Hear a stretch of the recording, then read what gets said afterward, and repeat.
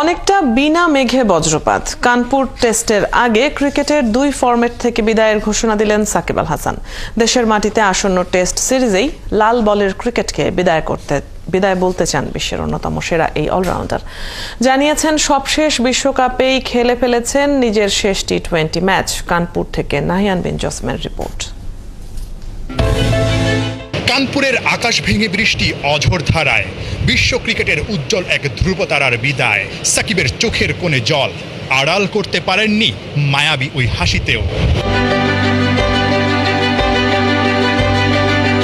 সবাইকে অবাক করে প্রি ম্যাচ প্রেস কনফারেন্সে ক্যাপ্টেন শান্তর বদলে মুখে রহস্যমাখা হাসি নিয়ে হাজির সাকিব। কে জানে, হয়তো বুকে জমে থাকা পাথর নামাতে নিজেই চেয়েছিলেন সবার মুখোমুখি হতে, কিন্তু কে জানতো মুখে অমন স্নিগ্ধ হাসি দিয়েই সাকিব বিদায় বলবেন 2 ফরম্যাটের ক্রিকেটকেই। এই টেস্ট এবং হোম সিরিজ আমি